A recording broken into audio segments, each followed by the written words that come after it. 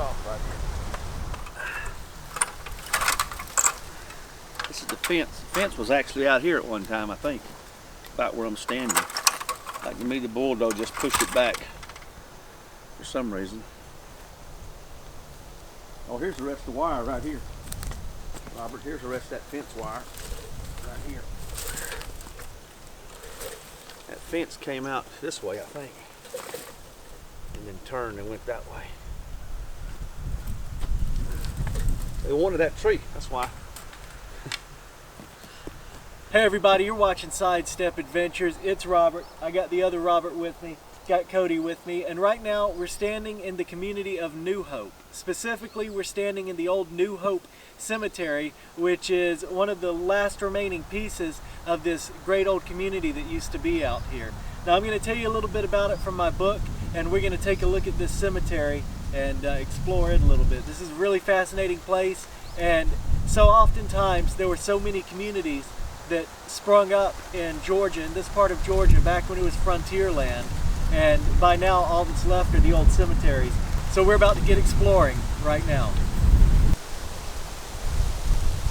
So we're on the back side now.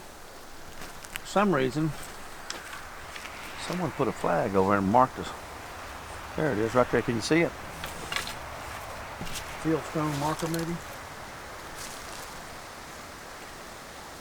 So this is the back side. This would be the northwest corner. Is this the northwest, Cody?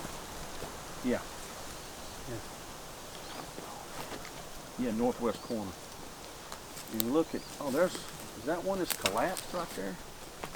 Can you see that, Robert?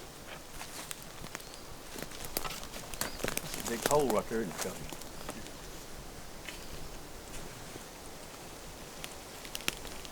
And this style of fence. So when do you think this wire was put up here? This style of wire, what do you think? 40s, 50s? Yeah, I was going to say 40s or 50s. It's old. It's old.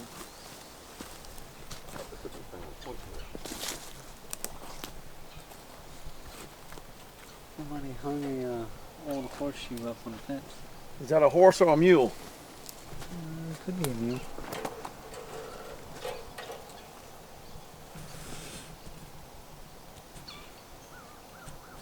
Maybe a mule. Oh, look over here. Look what I just found on the back side. We haven't even been in yet. We're just walking the perimeter. I don't know if you can pick it up with your camera. Look at that little small raised tomb right there, Robert. Can you see it? A small little child back here in the back corner. We'll have to go around to the gate and go inside and work our way back here.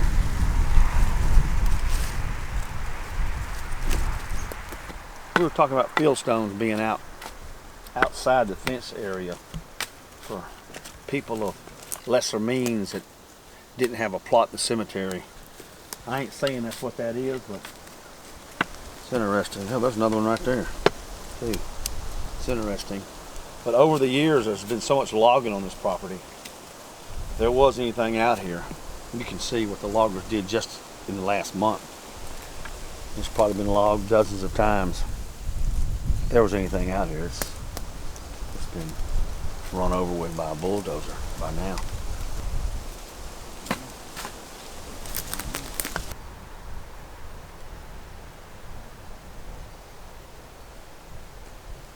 So right over here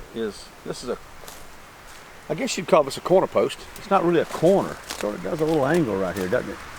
So this isn't a squared out or rectangular cemetery. It follows some contour of sometimes and turns and goes back that way and then turns again. So I'm wondering if what I thought was a farming terrace, which is right behind you, Robert. I'll walk out here and point to it. Me and Cody are walking it now. I thought that was a row crop terrace right there, but now I'm looking from this direction. Maybe that was a road, old road bed. Maybe the old road bed came right down here and turned and went down that way, and then the church and cemetery right here on the left. That would explain why the fence sort of turns away and goes back like that. you look at it, it does look like a roadbed to me. What do you think, Cody?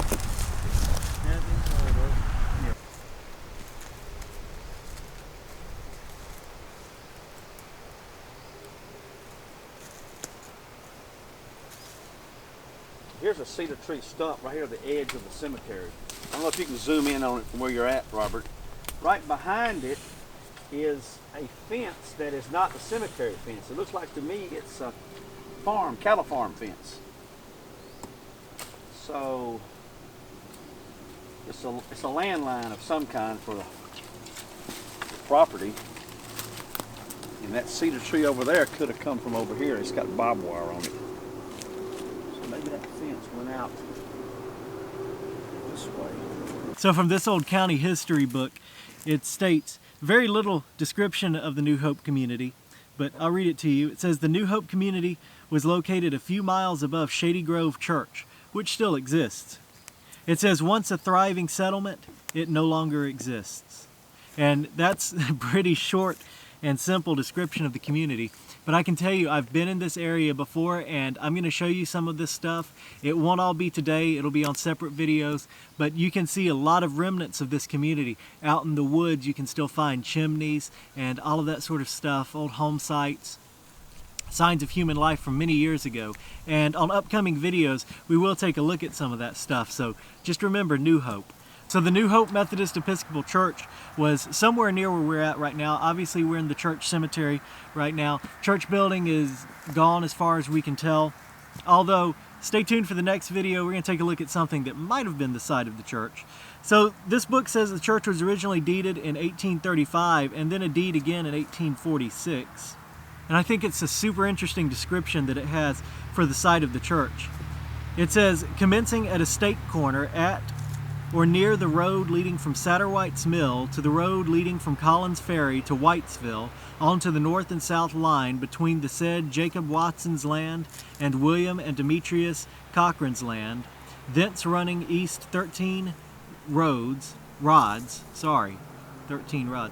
thence running east 13 rods, covering an oak post, thence south 24.5 rods to an old pine stump on the edge of the Collins Ferry Road, thence west along said road, thence north along the line, to the beginning containing 2 acres more or less. Now that's a deed description of the land where the church was, and I think that's just super interesting what it uses to describe the location, an old pine stump. But I want to tell you a little bit about New Hope and the church. Now we're about to get started exploring the cemetery.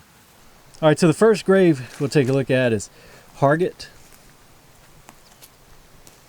And this is Schaefer Noel Hargett, born June 24th, 1889, and died November 20th, 1918. At the bottom it reads, fond memory points our hearts to thee. Look at the size of this.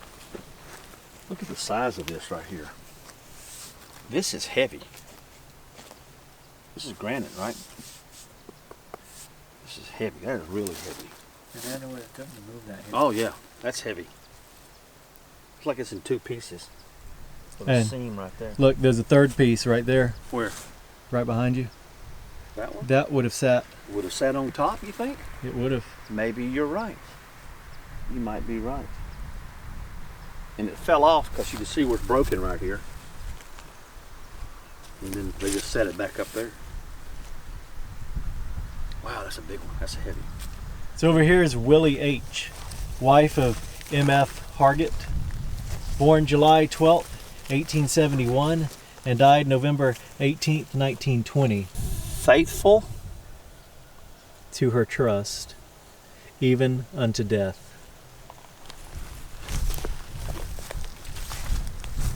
All right, so over here, this is a Masonic grave.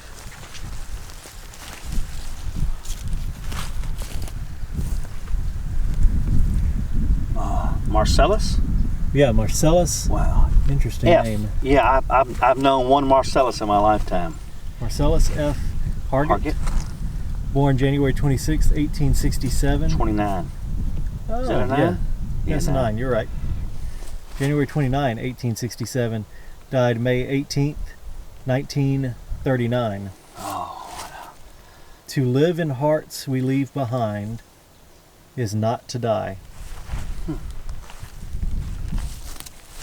Oh, look. Masonic emblem up there. Can you see that? Yep.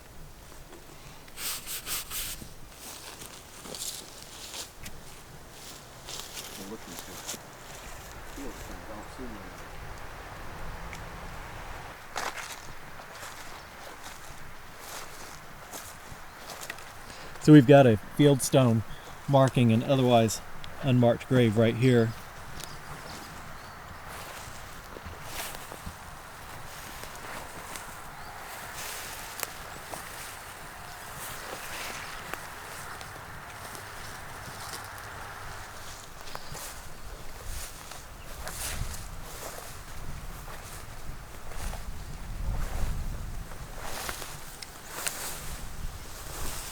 This stone says, in loving memory, William T. Gaylor, born January 20th, 1866, died June 8th, 1934. His toils of the past, his work is done. He fought the fight, the victory won. You know, across the top, you see that across the top says Father?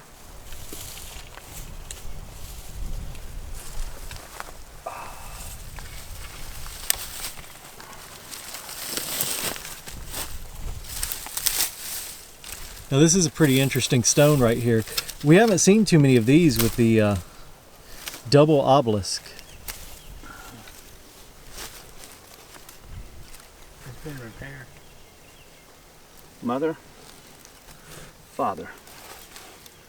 It has been repaired twice.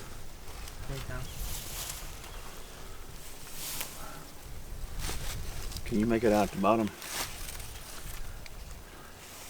So this is Martha S. Ransom, wife of R.C. Gaylor, born April 11th, 1845, and died August 24th, 1902.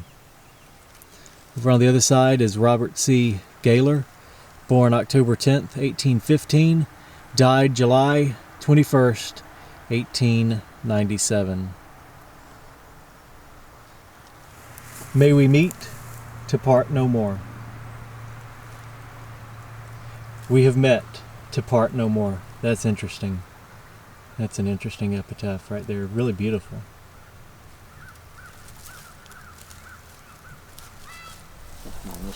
So this plot extends out a few ways, but these are the only marked graves right here. We do have a little piece of rock right here marking a grave. It doesn't say anything on it. And someone has come out at some point and poured concrete on this plot, but no names. All the way out to here. What'd that hit?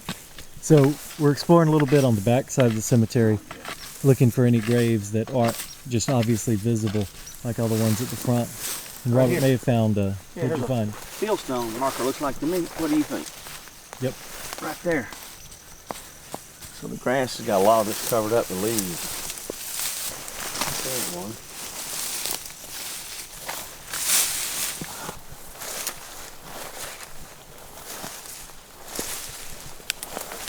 Grass hasn't been cut in a while, has it? Mm-mm.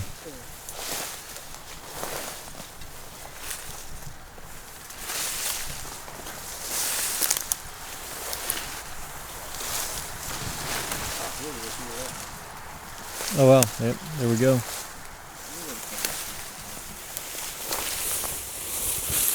Oh, there's three here, Robert. Oh yeah. 4. Just right here. Oh, this is this like a little rock wall, an old collapsed rock wall right here? Yeah. That's what that is. Yeah.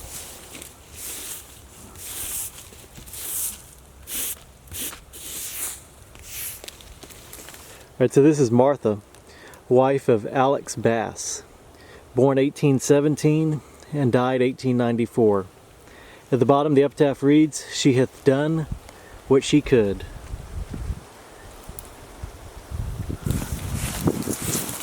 Like tree something dropped up. Cuddy, you're gonna have to help me read this one because I'm upside down, and I failed upside down reading when I was in school. This is Sarah A. Daniel, wife of George F. Daniel, born 1838 and died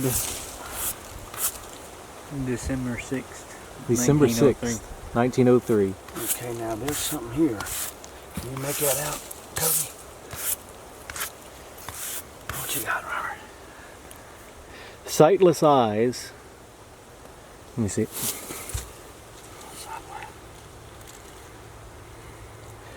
Sightless eyes beyond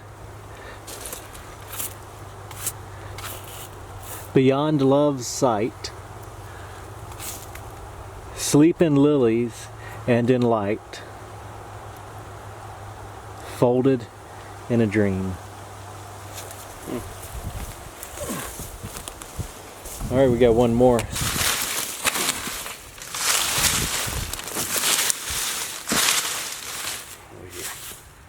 You got it now, don't you?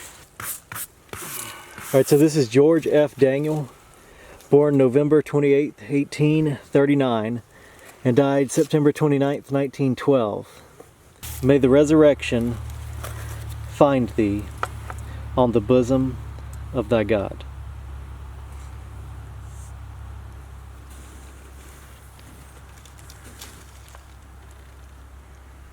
So we found 1, 2, 3, and then right here, there's this stone right here, Robert. So this is probably a headstone, just a fieldstone marker.